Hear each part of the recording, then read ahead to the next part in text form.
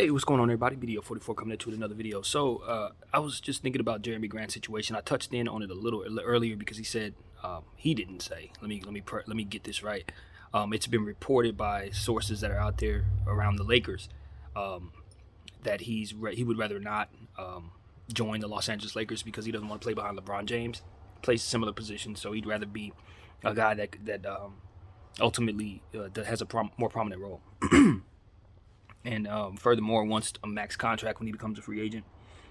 It is said that he has some type of secret trade list. If the Pistons are looking to unload him, he has a list. I didn't see that list myself. I was watching Dan the Lakers fan just now, and he was saying that list contained all bad teams. I remember what he said when he first went to Detroit. What was said about his choice, to leave Denver and go to Detroit. It was said that he wanted to play for a predominantly black city and wanted to be the star of that city. I think the problem that Jerami is going to run into is that the lane that he's been in since he's developed kind of slowly, even though he's developed into one hell of a player, and I'm a believer, especially on the defensive end.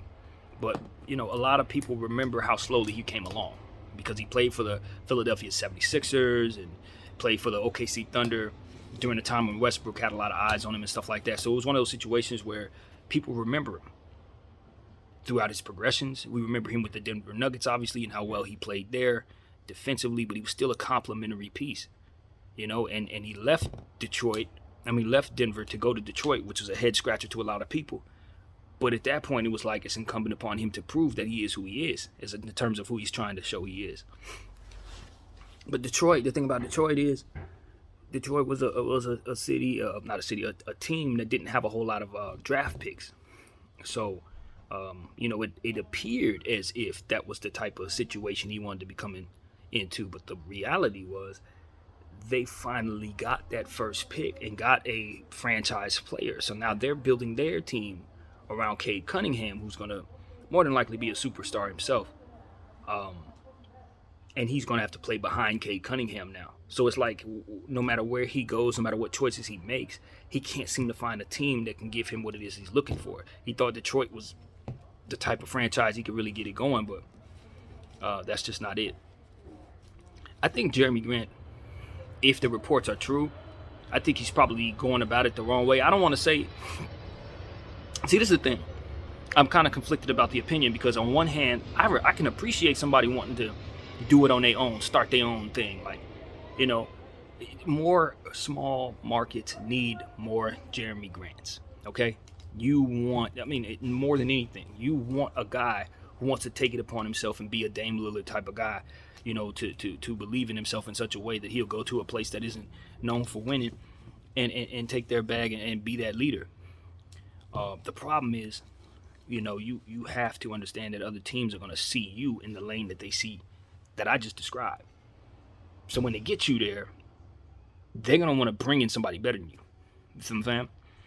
Now, to say that he isn't what he believes himself to be would be an incomplete thought. Because the reality is I've watched players who are on the trajectory he's on get a lot better. In fact, DeMar DeRozan was one of those guys. You know what I'm saying? So he came along slowly. You look where he's at right now, he's still getting better.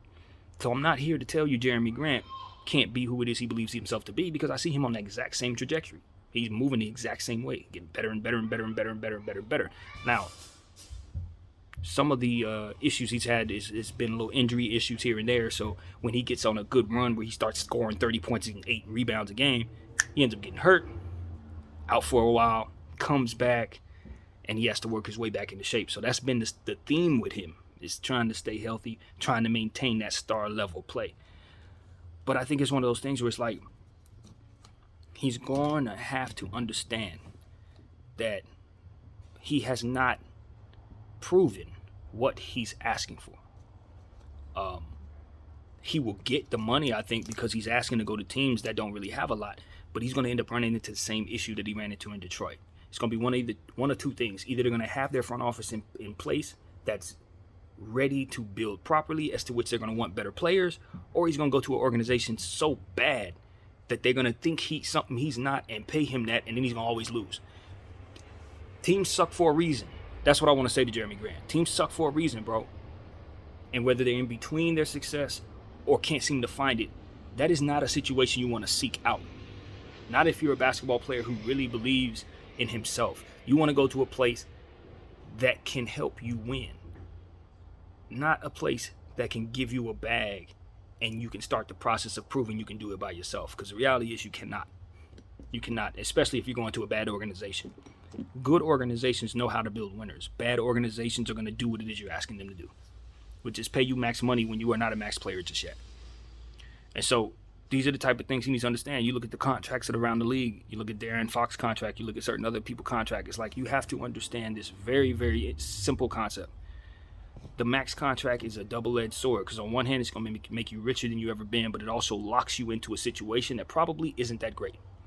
And so being the fact that he can't seem to find happiness in winning situations like Denver, which doesn't really add up to a lot of people, but then he goes to a bad situation, quote-unquote bad situation like Detroit, and they start getting better, and now for whatever reason, either his own or theirs, it's time to part ways. And it's like if you were who you believe yourself to be, then there would be no reason to flee Detroit. For two reasons. One, Cade Cunningham ain't going to be who he's about to be until probably after your contract is gone. Right? Cade Cunningham is a productive rookie right now, and he's getting better and better. But I'm talking about the guy that he's going to be. MVP candidate Cade Cunningham, whom I expect him to be at some point in time if he stays healthy throughout the next several years. He's going to be that kind of guy. But it's like you can't keep running away from those opportunities to play with players like that, Jeremy. You just can't do that, bro. Even if you believe yourself to be a super duper star, a guy like Anthony Davis still has a LeBron James. A guy like KD still has a James Harden. You can't run away from what it is that ultimately is going to chase you down, which is the fact that you are probably a number 4 guy or a number 3 guy. Even DeMar DeRozan, of whom we're talking about, is not a number 1 guy. That's Zach LaVine on that team. Now, he snatched it from him since Zach hasn't been healthy. But we know the alpha over there was Zach LaVine when he signed there. You know what I mean? So you have to do like, this is a prime example, do like DeMar DeRozan did and fight for that. Now you look at the Bulls, you're thinking about DeMar DeRozan before you're thinking of Zach LaVine. Now, Zach can very well take that back when he comes back from health and safety protocol, but I don't think that's the point. They're not looking to be stars. They're already that. You know what I mean? And now they're looking to win. You think DeMar DeRozan and Zach LaVine are in competition with each other trying to take who's the man on the Bulls? Hell no. They want the championship. If you chase that type of success, you'll get the bag you're looking for. You should have stayed in Denver, let them make you who you're going to be, continue to be that go-to defensive guy for a couple more years, help Denver win, maybe a championship or at least get as far as they can go. Especially since you would be playing with Jokic. And then with all these injuries that they got going on right now, you would have had the role you're looking for in a more winning, prominent situation. You fled that situation for reasons that were your own, but the NBA itself, the system, the environment of the NBA doesn't really. It's not going to be what you want it to be. There's only 30 teams. All of them are looking to be champions, or they're all looking to fix their situation so they could someday dream of being champions. It's very difficult to be where he's at in his career with his talent level as we see it, to make those type of demands when those demands don't align with being a part of something great. You know, and that's what it really comes down to. It's like, I get it. These guys are young guys. They don't really understand all this, right? They're in the NBA. They want what they want, and they're hopeful they can get it.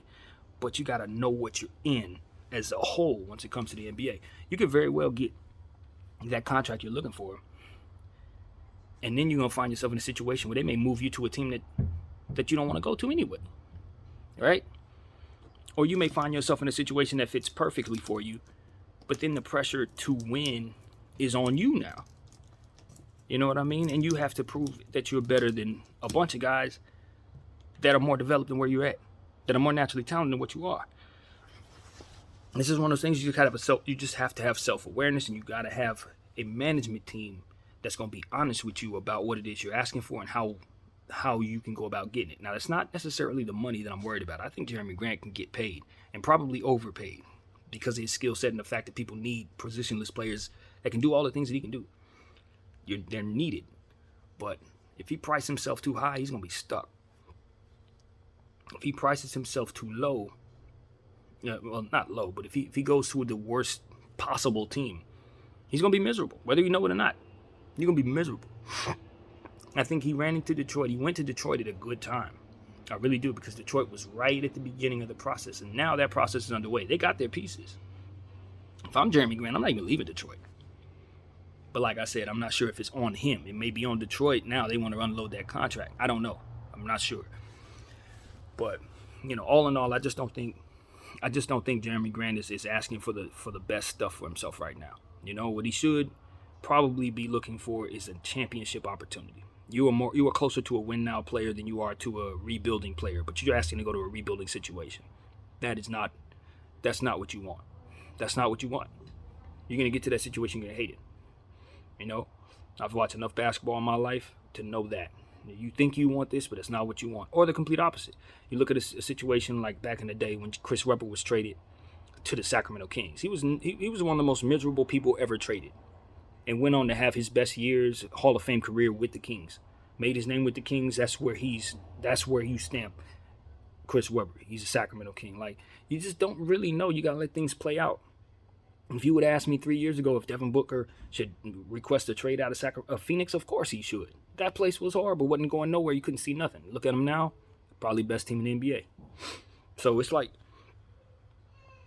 when you chase what it is that Jerami appears to be looking for, you end up finding something else.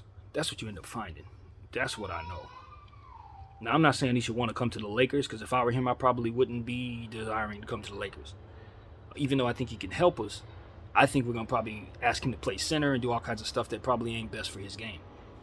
But if he were to say to go to, like, let's say he desired to be on a winner. If he tried to go to, say, Miami, they could win the whole championship. If he said he wanted to go to, like, Boston and be an addition to what they have going on there. Let's say he wanted to go to the Clippers. That would be a great place for him to go. Phoenix. But see what I'm saying? If he prices himself low and stop asking for the money, he can find himself a winner. You see what I'm saying? And then winners make money. But if you're chasing ineptitude because you think it's going to give you an opportunity to shine, that's not what you want. That's not a good thing to desire. I don't believe. I don't think so. Especially when you're not that cut and dry. Now, again, can he turn into that? Not in a losing situation. Not surrounded by losers. If he were to go to Golden State, right, and play in that system, even though they can't do it. But like I'm just saying, if he were playing around those type of players, he go to the Nets. They can't do it either. They ain't got the money. But that's what I'm saying. He can learn how to be what it is he wants to turn into. He can be exposed in playoff situations. Not exposed, but the complete opposite. Given opportunities in the playoff situations to show what it is he can do, just like he did in Denver. That's how he got the bag that he got from Detroit. It was being in winning situations, not losing ones. So I just wanted to get up here and kind of say that, man. I had touched on it a little earlier.